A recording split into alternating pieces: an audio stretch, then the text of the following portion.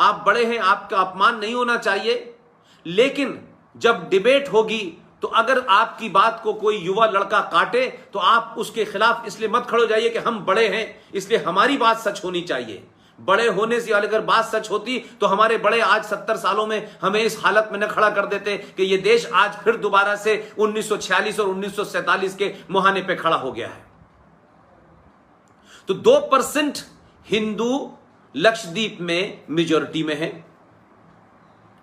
और 3% हिंदू मिजोरम में, जहां 97% ईसाई मेजॉरिटी में है, वहां 3% हिंदू वहां मेजॉरिटी में हो गया है और वहां ईसाई माइनॉरिटी में है। 11% मेघालय में हिंदू जो है वो मेजॉरिटी में है। ऐसे ही नागालैंड है, ऐसे ही पंजाब भी है। अब आप पूछिए सुप्रीम कोर्ट से कि जो सुप्रीम कोर्ट सुबह से शाम तक हजारों मुद्दों पे बोलती है, इतना बड़ा जघन्य अपराध और खामोशी, एकदम इसको कोई सुओ मोटो भी नहीं ले रहा कि भाई चलो सुओ मोटो ले लेते, बड़े सारे कामों की सुओ मोटो उनको चिंता रहती है, इसको भी लेना चाहिए था लेकिन नहीं लिया। लेकिन मैं आपसे कह रहा हूं कि मेरी और आपकी भूमिका यह है कि हमें इसको पूरी ताकत के साथ उठाना चाहिए और अगर हमने नहीं उठाया तो हमसे लोग सवाल पूछेंगे कि भाई आप अपने बुजुर्गों के बारे में तो बोलते हैं लेकिन आप कभी अपने बारे में क्यों नहीं बोलते कि आपने ये सवाल क्यों नहीं उठाए थे, आपका क्या लालच था। मेरा मानना है कि इन मुद्दों को तर्कों के साथ उठाइए, पूरी ताकत के साथ उठाइए। इसीलिए मैंने कहा कि आपको जब भी इन तर्कों की बात करनी हो तो आपके द्वारा राष्ट्रवादी संगठनों जो सालों से काम कर रहे हैं उन संगठनों के लिटरेचर को थोड़ी देर के लिए मान लीजिए कि इनको हमें रेफरेंस में नहीं लेना है। रेफरेंस में हमें उन्हीं किताबों को लेना है जो अपने आप को लिबरल कहते हैं, सेकुलर कहते हैं, वामपंथी कहते हैं और बड़े बड़े इंटेलेक्चुअल बनते हैं और वो कहते हैं कि किसी किताब का जिक्र बताइए जिसमें लिखा हो, तो हमें उन किताबों का उस वक्त रेफरेंस नहीं देना चाहिए जिन किताबों के बारे में लोग हमें कॉर्नर करते हैं और उन किताबों को हमें नकारते हैं। हमें उन्हीं के घर में घुस के उनकी किताब, उस दौर में लिखी हुई किताबों का जिक्र करके उनके झूठ को उजागर करना चाहिए, क्योंकि जब आप उनको झूठ से कॉर्नर करेंगे तब आप अगले 50 साल के बाद जो किताबें राष्ट्रवादियों ने लिखी हैं, अलग अलग समय पे लिखी हैं, वो भी महत्वपूर्ण हैं। लेकिन आप दुश्मन को दुश्मन की उस हथियार से हराइए जो दुश्मन आपको उस हथियार से बार बार आपको झूठ बोलता रहा है, फिर उसके बाद अपनी बातों का जिक्र करिए। मैंने कहा नहीं, वो किताबें भी जरूरी हैं, वो भी पढ़ना जरूरी है, लेकिन आज आप एक ऐसे समय में हैं कि एक विचारधारा देश को तोड़ना चाहती है। वो लोग जिन्होंने पाकिस्तान का समर्थन किया, वो वामपंथी जिन्होंने 1962 में चीनी फौजियों को खून देने की बात की, भारत का विरोध किया, नारे लगाए, जलसे किए, वो वामपंथी आज आपको जब कॉर्नर करते हैं तो आज उनके दौर में लिखी हुई किताबों का जिक्र जरूर कीजिएगा और उन्हीं किताबों से उन्हें कॉर्नर करा करिए। लिहाजा मैं ये मानता हूं कि कुछ कुछ किताबें हैं, जैसे एक किताब है guilty man of India's partition, ये राम मनोहर लोहिया जी ने लिखी है, इसको जरूर पढ़िएगा। और इस किताब के अंदर पूरी तौर से बताया गया है कि क्या क्या हुआ, कब कब हुआ, किस तरह से हुआ। लिहाजा जब आप इन किताबों का जिक्र करेंगे तो आपको पता चलेगा कि किस तरीके से क्या क्या चीजों का रेफरेंस हुआ है। जैसे एक किताब है मुस्लिम पॉलिटिक्स इन सेकुलर इंडिया, ये हामिद दाहलवी साहब की किताब है, ये महाराष्ट्र के एक बड़े दानिश्वर ने लिखी है।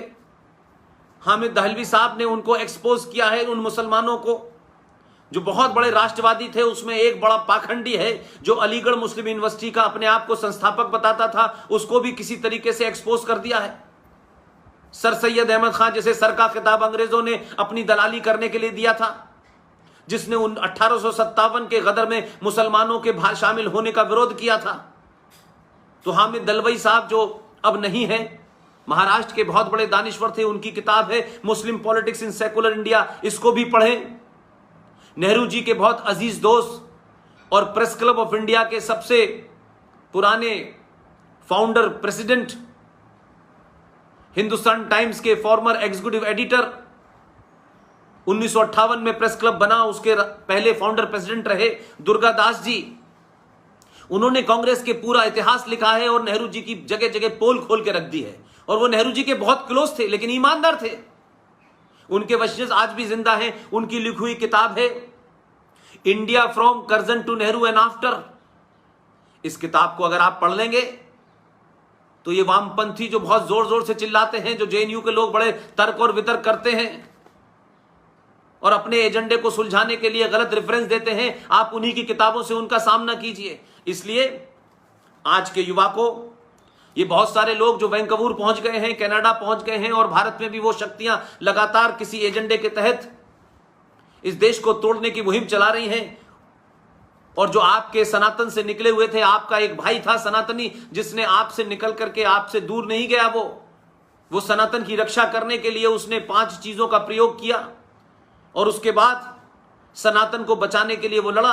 आज कुछ लोग उसमें से बहक गए हैं। उन्होंने रेडियो स्टेशन बाहर जाके खोल लिए हैं, बैंक खोल लिया है, करेंसी खोल ली है। आज किसी के बहकावे में वो ये भूल गए कि नांदेड़ में गुरु गोविंद सिंह की हत्या किसने की थी, अर्जन देव की हत्या किसने की थी, लाल किले के सामने शीशगंज गुरुद्वारा किन लोगों के कारण हुआ। वो ये भूल गए कि गुरु गोविंद सिंह के 2 पुत्र 6 साल का और 9 साल का साहबजादा जोरावर सिंह और साहबजादा फतेह सिंह को किस लिए दीवार में चिनवाया गया था। आज कुछ सत्ता की लालसा में, पैसों की लालसा में, किसी के बहकावे में आकर के उन्होंने एक अलग देश की मांग शुरू कर दी है। उनको भी किताब बताइएगा। एक किताब है Muslim League attacks on Sikhs and Hindu in Punjab, Gurbachan Singh Talib साहब की किताब है, रेयर किताब है।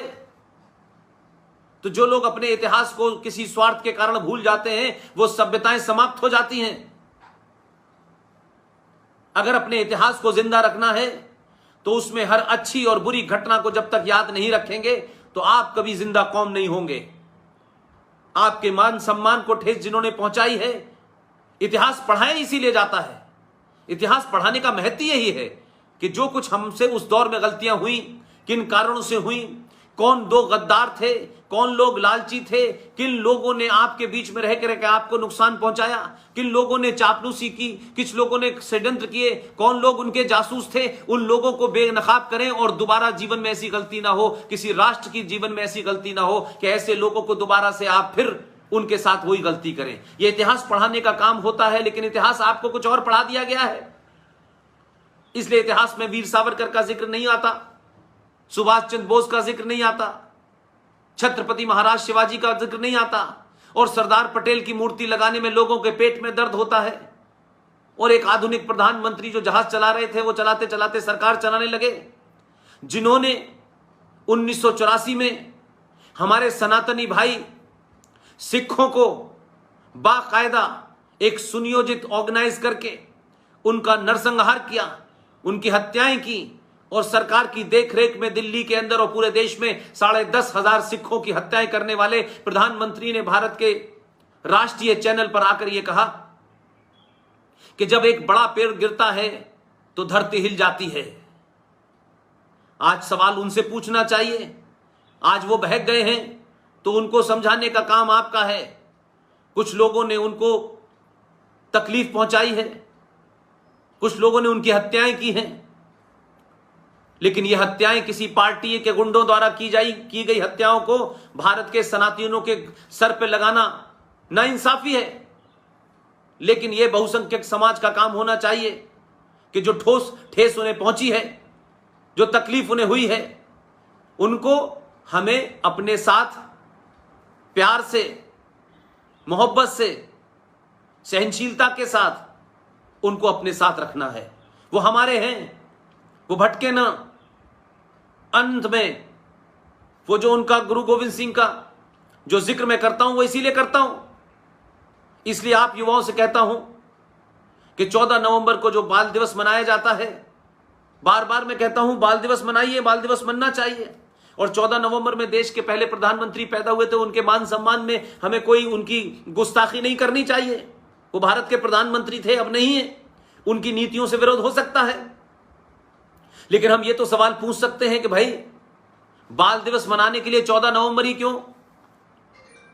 कौन सा ऐसा बालक था, क्या ऐसा पराक्रम उसने किया कि बच्चों को 14 नवंबर के दिन जब वो पैदा हुए थे, आज जब उनका इतिहास पढ़ते हैं तो उस इतिहास में कई सारे ऐसे सवाल खड़े होते हैं जिससे लगता है कि कभी हमारा न सीना चढ़ा होता है, न हमारा माथा कभी ऊपर उठ पाता है।